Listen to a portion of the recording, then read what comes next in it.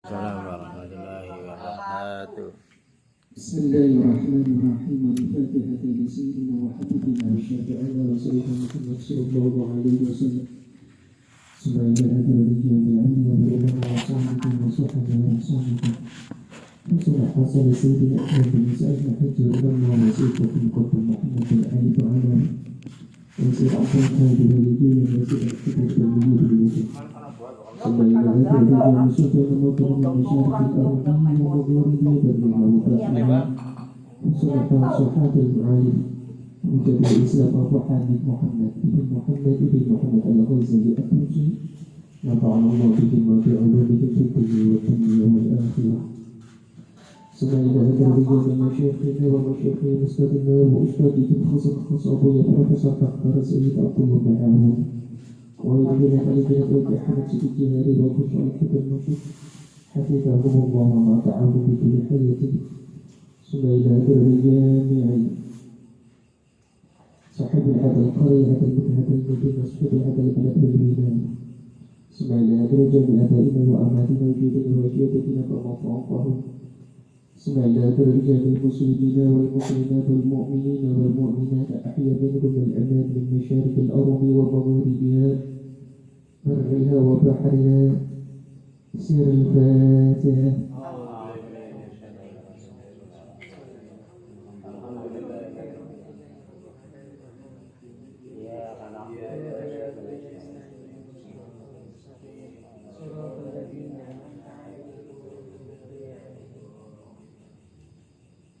Alhamdulillah.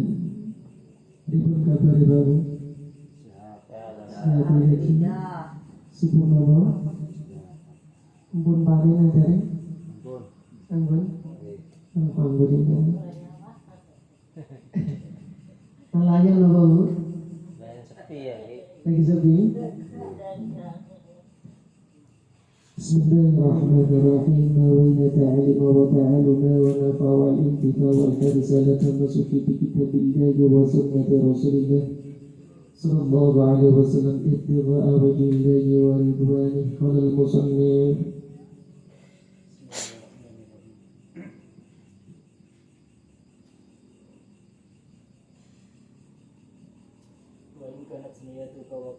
Bismillahirrahmanirrahim. Qala al-musannif rahimahullah wa nafa'ana Allah bima bi'ulumihi fid dunya wad dunya wal akhirah.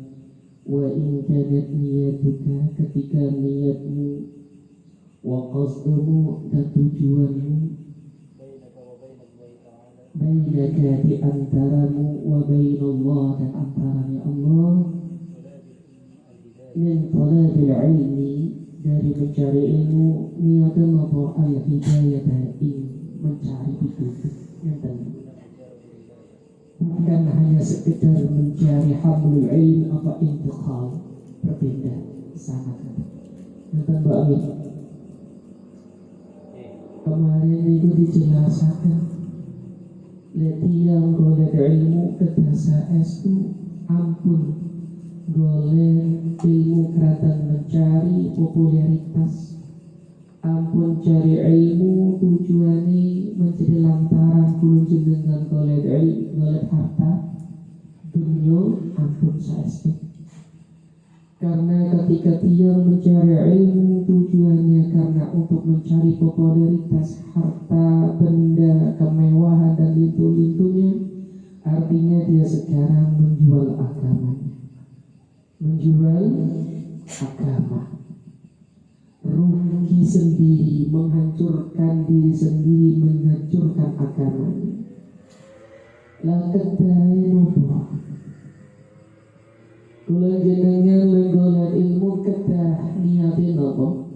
La saniki dijelaskan oleh Al-Imam Al-Ghazali ketika niatmu dan tujuanmu dalam mencari ilmu, mencari hidayah Allah bukan untuk mencari sanad ilmu atau untuk membawa silsilah keilmuan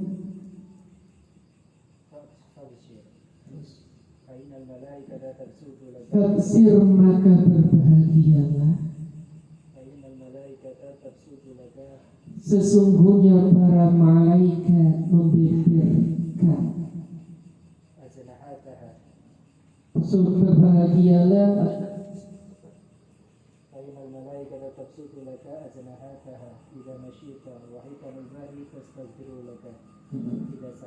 Bismillah, perhatikan Pak Min. Ketika kulon jenengan mencari ilmu, mengambil ilmu dari para ulama, tujuan ini pun agar mencari petunjuk suluk, mengambil jalan yang Allah ridhai, maka berbahagialah.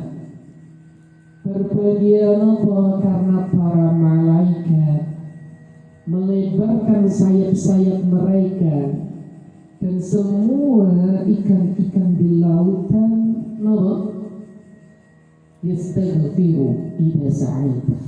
Semua ikan-ikan yang ada di lautan mendoakan dan memintakan ampun kepada kula jenengan.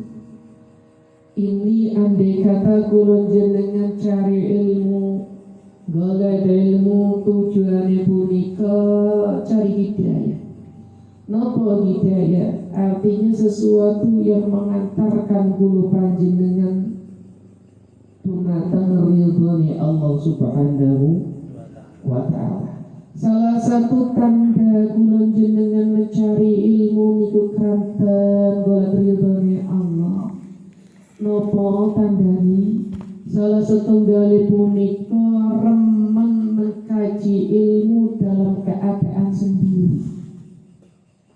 Kadang tiang menggolek ilmu remen dan dianggap kiai. Kadang tiang golek ilmu ben ketika berdebat, berdiskusi bisa mengalahkan orang lain atau supaya dianggap pandai pintar oleh orang lain. Itu artinya dia mencari ilmu karena nuruti hawa nafsu. Bukan golek ilmu karena apa? Bukan karena golek ridhonya Allah Subhanahu wa ta'ala.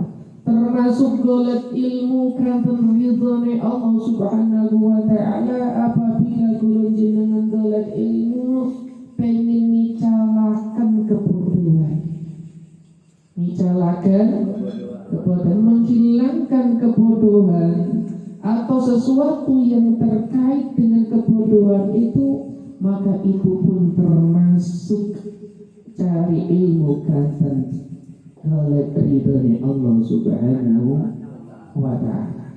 Sami kali kula jenengan golek ilmu akan kita lebih mengenal siapa kita dan lebih mengenal siapa sang pencipta kita, itu bisa. Sami napa? Sami golek ilmu karena Allah Subhanahu wa ta'ala. Nah kalau niatnya kaya ngeten berbahagia kalau kedangan kula. Karena malaikat membeberkan sayapnya untuk dijadikan sebagai jembatan kita ketika kita melangkah. Fabsir fa'inal malaikata tabsutu janahahu idza masaita. Berbahagialah karena malaikat membeberkan sayap-sayapnya di jalan yang mana jalan itu dilalui oleh kula jenengan. Dan berbahagialah bahwa ikan-ikan di dalam lautan meminta doa dan meminta ampunan kepada kula panjenengan, meminta ampunan dan doa kepada Allah agar Allah mengampuni kula jenengan. Idza sa'ita, ketika kaki ini melangkah untuk mencari ilmu, datang kepada alim para ulama. Bahagia. Kenapa kok para malaikat saking senengnya, kenapa malaikat membeberkan sayapnya kepada orang yang mencari ilmu karena Allah, atau ikan-ikan di lautan mendoakan orang yang mencari ilmu di jalan Allah? Karena orang yang mencari ilmu di jalan Allah artinya dia sekarang memperjuangkan agama Allah Subhanahu wa ta'ala, memperjuangkan, membela agama, membela syariatnya baginda Nabi Muhammad sallallahu alaihi wasallam. kepada Allah mengantarkan kula panjenengan mendapatkan rahmat. Mendapat apa? Rahmat, kasih dan cintanya Allah. Dan rahmat Allah niki boten turun kali tiyang ingkang saleh. Rahmat Allah niki Allah turunkan bagi tiyang ingkang saleh napa boten saleh. Namun rahmat ini Allah turunkan karena kesalehan seseorang. Makanya satu wali dalam suatu desa itu bisa menolak semua bala, macam-macam balai dari Allah Subhanahu wa ta'ala. Ini para wali. Makanya wali songgone gede. Wali songgone karena beliau niki sebagai penolak dari bala. Ketika bala itu akan diturunkan dalam suatu desa, maka kedah kula jenengan menjadi tiyang ingkang saleh dengan harapan moga-moga Allah turunkan rahmat Allah, sehingga para malaikat dan ikan-ikan di lautan itu juga ikut bersorak gembira dengan turunnya rahmat Allah. Maka mereka berlomba-lomba mendoakan orang yang menjadi sebab turunnya rahmat. Ini paham Pak G? Alhamdulillah.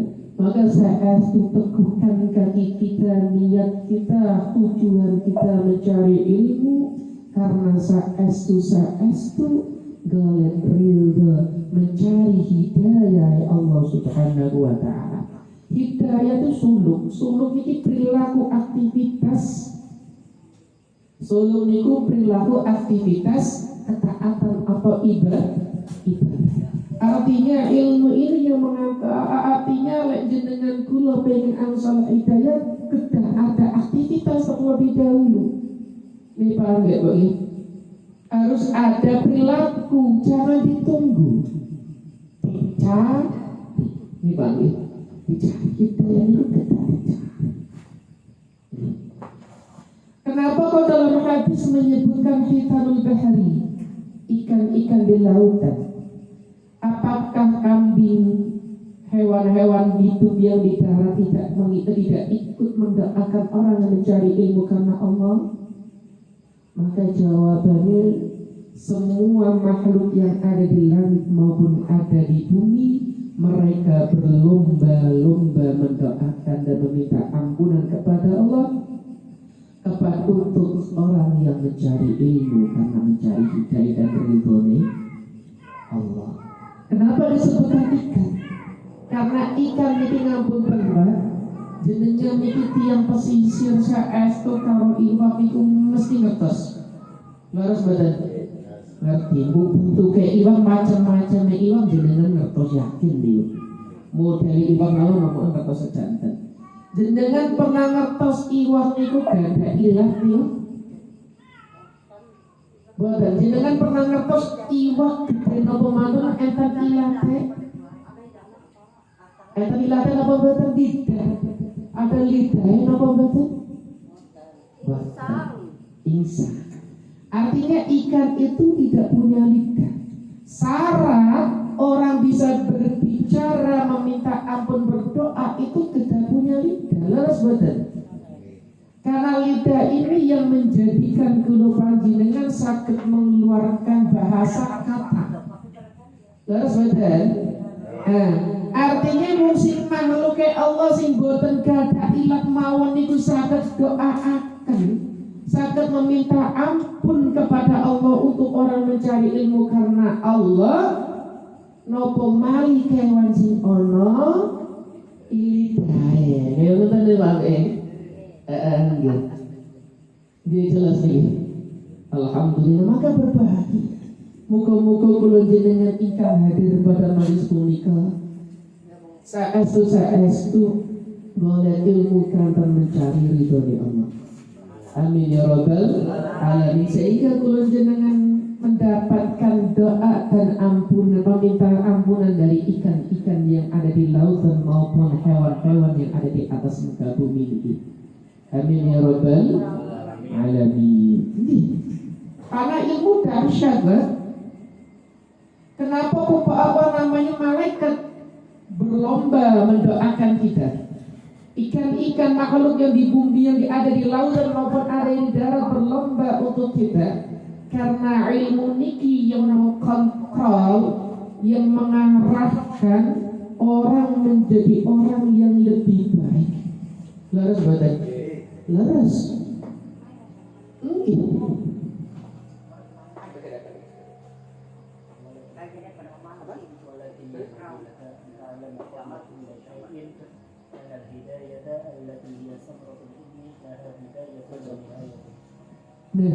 Kenapa kau yang ngonten?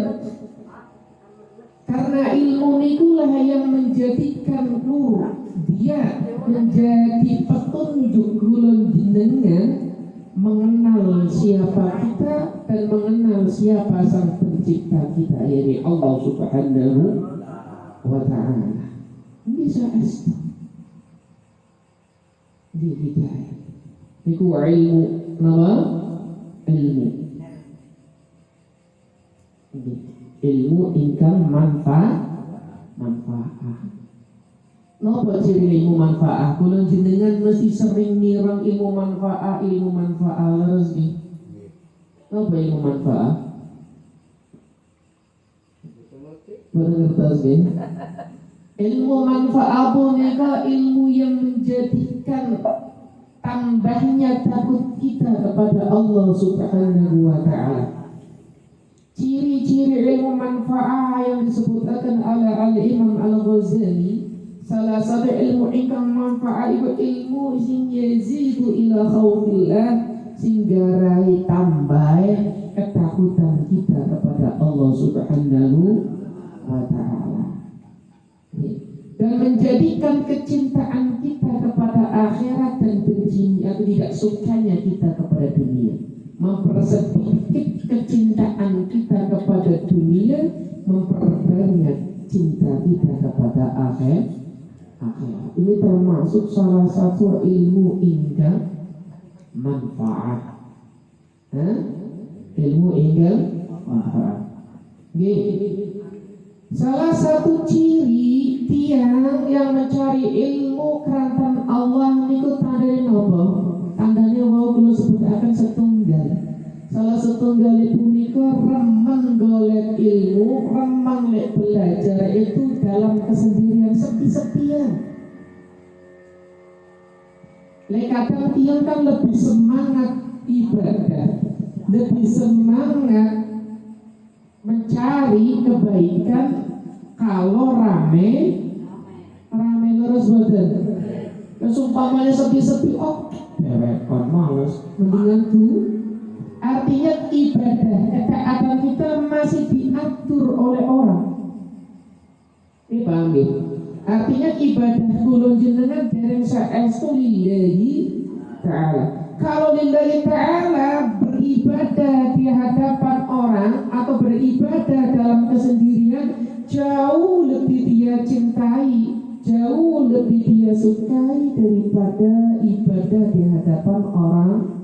Nah, orang banyak jelas. Makanya sholat sunnah niku sunai tandriyo. Namun lek sholat wajib sunai jamaah masjid. Karena kalau kewajiban kedah kula jenengan tampilkan, tapi amalia kesunatan kedah kula jenengan simpan. Lek saged ampun kertos tiyang itu maka sunai tandriyo. Tapi kula ngandel jenengan boten sok jenengan kula lek boten salat sunah teng musala boten masjid niku wangsul teng riyo boten salat sunah pakan dulu. Boten itu. Maksudnya boten nomor niku, Pak. Boten salat nggih. Nonton TV dolan HP.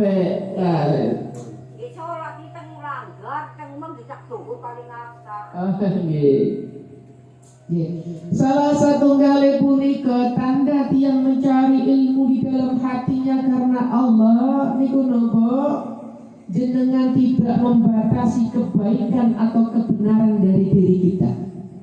Niki disebutkan oleh Al-Imam An-Nawawi Al-Bantani, disebutkan pula oleh Al-Imam Al-Ghazali dalam kitab Ayyuhal Walad. Beliau ini menjelaskan tanda tiang ingkang betul-betul cari ilmu kanten Allah dipunika tidak membatasi kebenaran dari diri kita. Artinya dia siap menerima kebenaran dari manapun datangnya, baik dari orang yang alim, baik dari orang yang besar maupun dari orang yang kecil, baik orang yang dewasa maupun anak kecil, anak-anak. Itu saestu. Kadang kula jenengan niki alim yo ora. Namun lek dinasehati oleh tiang lebih alim kadang jenengan kula boten terima. Bocah mendene kendhalengan. Leres nggih. Artinya kula jenengan niku belum mapan hati di dalam jiwa kita. Di dalam jiwa kita belum ada Allah, lillah niku boten enten. Lillah minallah niku boten enten.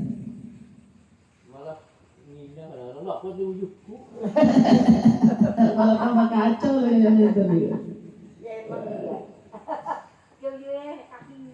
Ini saya itu menakutkan. Apalagi dalam dunia diskusi, dunia apa? Diskusi. Maka kita siap menerima kebenaran dari manapun datangnya. Ini ciri kalau di dalam hati nih ada Allah. Maka ada disebutkan cerita dari salah satu orang alim. Ini alim, Pak. Bukan alim ecek-ecek, al-alamah.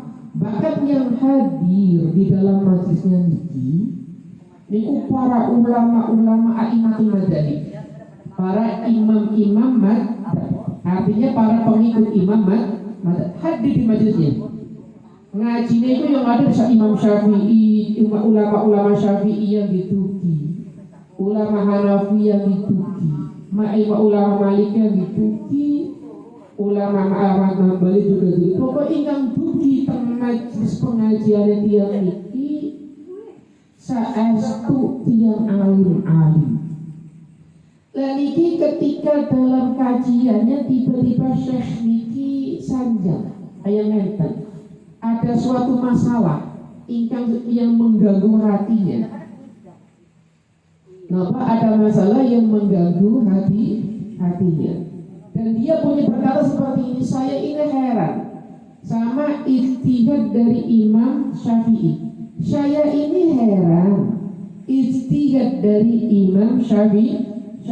Pemikiran dari Imam Syafi'i yang mengatakan ketika ada syarat maka ibadah itu tidak akan terjadi kecuali syarat itu ada.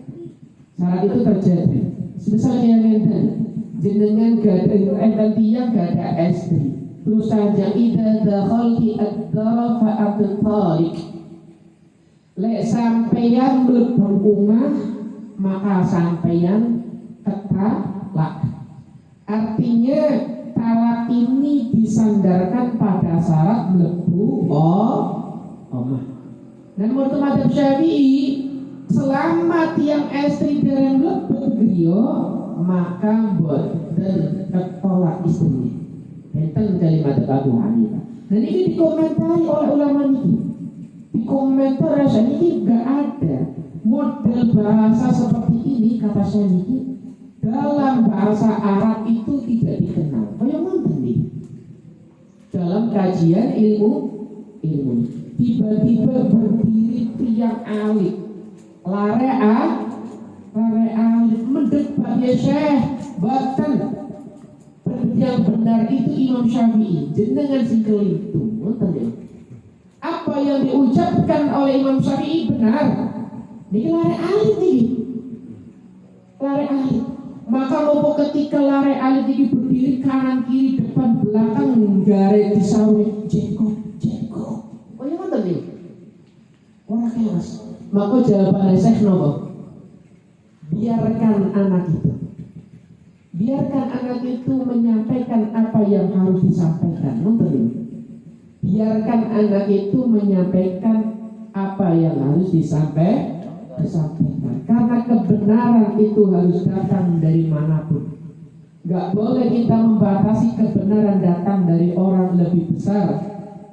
Gak boleh kebenaran itu kita batasi dari orang yang jauh lebih alim. Biarkan khulu. biarkan saja dia. Kalau biarkan dia, dikata ulama itu. Terus beliau lanjutkan ulama itu. Karena apa? Karena hancurnya umat-umat terdahulu ialah karena mereka tidak memperdulikan kebaikan kebenaran yang datang dari anak kecil. Hancurnya umat terdahulu karena ketika orang yang besar salah tidak mau menerima nasihat dari anak kecil, sehingga kesalahan yang dilakukan oleh orang-orang besar menjadi pedoman hukum karena karena sesuatu kesalahan dibiarkan terus menerus maka akan menjadi tradisi adat terus badan. Ketika tradisi dan adat ini pun kelintu, maka karena sudah menjadi kebiasaan menjadi benar. Maka hancurnya umat terdahulu kayak konten. Gak tidak mau tahu apapun kalau yang disampaikan oleh anak kecil. Maka orang ulama atau pembesar-pembesar tokoh mereka tidak akan mau dinasehati oleh santrinya, murid. Hancur umat terdahulu. Akhirnya nopo lare alim ini menyampaikan tentang syairan yang disampaikan oleh para orang-orang Arab. Koyo ngonten, maka masya Allah syekh ini luar biasa. Ngerti. Menerima ikut tangga kalau kulun jenengan golek ilmu kerantan Allah Subhanahu wa ta'ala. Jenengan kulun mungkin golek ilmu kerantan terpaksa nopo berikut belajar ilmu numpak pikir Belajar ikhlas. baca ikhlas. Alhamdulillah. Muga-muga ikhlas saestu. Ben lulus dadi santri. Dalam Ben lulus dadi santri. amin. Kados jenengan. Ngente badal nggih. Gak ada satupun aktivitas ibadah yang disebutkan oleh Imam Al-Ghazali dalam kitab Minhajul Abidin. Ibadah yang paling utama niki talabul ilm. Mencari ilmu. Ini ibadah yang paling utama. Karena kenapa? Karena ketika ibadah tanpa ilmu ini bagaikan habatan mansurah, bagaikan debu yang berterbangan, kira gunane.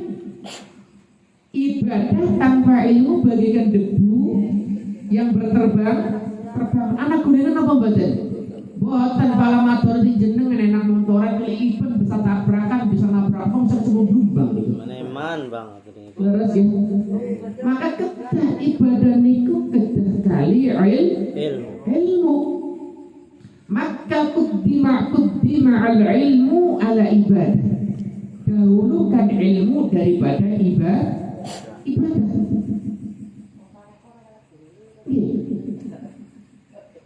Karena mencari ilmu niku ibadah. Nganten enak mboten. Cari ilmu niku ibadah. Lanjut Mas. Walakin iki kula maknani bahasa Indonesia mau apa bahasa Jawa? Semenari kula. Walakin yang bagi tetapi seharusnya bagi kamu harus tahu sebelum segala sesuatu tahu apa sesungguhnya hidayah yang mana hidayah ini adalah buah dari ilmu,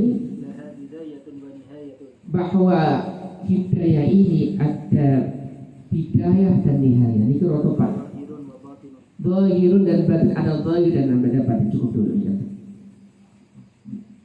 Ini ngajinya roda serius untuk sekarang ini, karena mengelola akal untuk sekarang. Bismillah. Walakin yanbaghi laka qabla kulli syai'in an ta'lama anna al-hidayata allati hiya min samaratil ilmi laha bidayatun wa nihayah wa dhahirun wa batinun. Sebelum kula jenengan melakukan sesuatu kita harus tahu bahwa hidayah itu ada dua. Hidayah ada hidayah permulaan, ada hidayah akhirat, ada hidayah zahir, ada hidayah batin. Yang perlu kita tahu terlebih dahulu, hidayah ini apa? Hidayah ini adalah tariqatun mausulatun ilal haq. Ini namanya hidayah. Tariqatun mausulatun sing yazidu tazidu ilal haq. Jalan,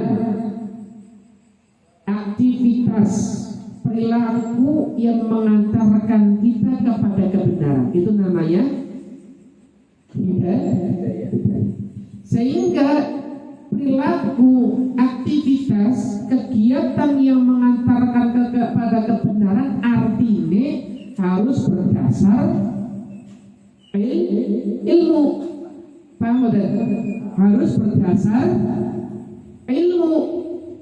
Karena aktivitas apapun yang tanpa dasar ilmu maka gak ada gunanya, kurang manfaatnya, kurang kualitasnya.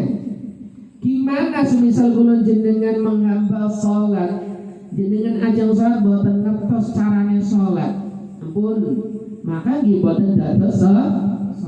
Gimana kita akan menghamba kepada Allah sedangkan kita tidak tahu siapa itu Allah? Paham? Gimana kita akan taat sedangkan kita tidak tahu caranya taat? Maka ilmu inilah yang mengantarkan gulung jenengan kepada hidayah. Maka disebutkan oleh Imam Al-Ghazali bahwa hidayah ini min samratil ilmi, bahwa hidayah itu buah ilmu jelas. Nah, setelah jenengan kada ilmu pun tumbuh aktivitas kebaikan, tumbuh hidayah, maka harus dua hal yang harus kita perhatikan. Apa itu? Permulaan dan akhirat.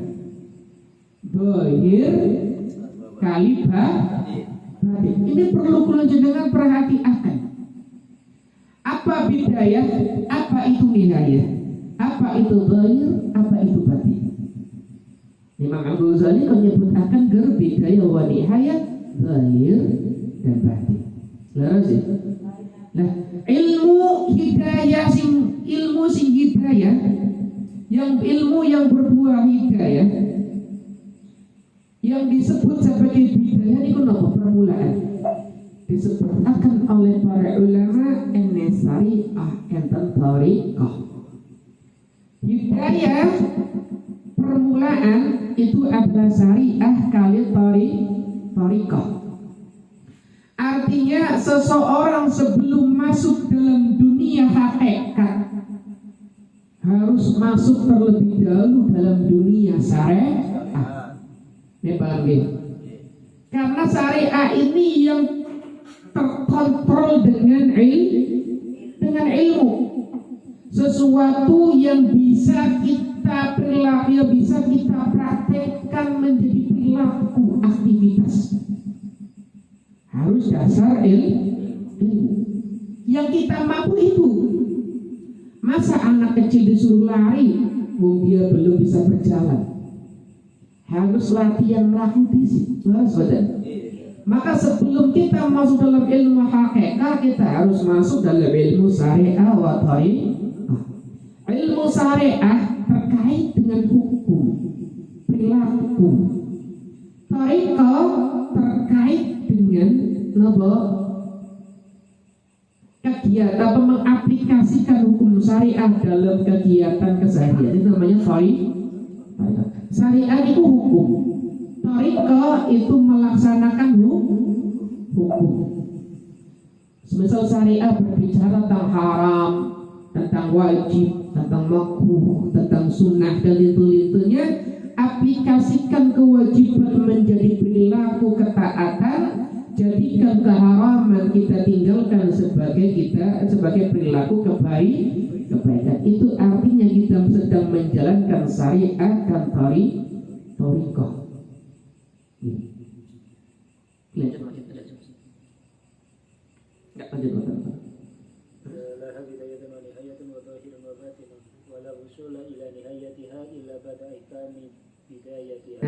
Orang tidak akan mampu masuk dalam relung hakikat, relung jiwa sebelum dia melakukan syariah kali tariqah ini disebut bidayah. Paham? Terus. Dan orang tidak akan masuk dalam dunia batin sebelum dia sebelum dia melakukan zahirnya. Istiqamah melakoni sifat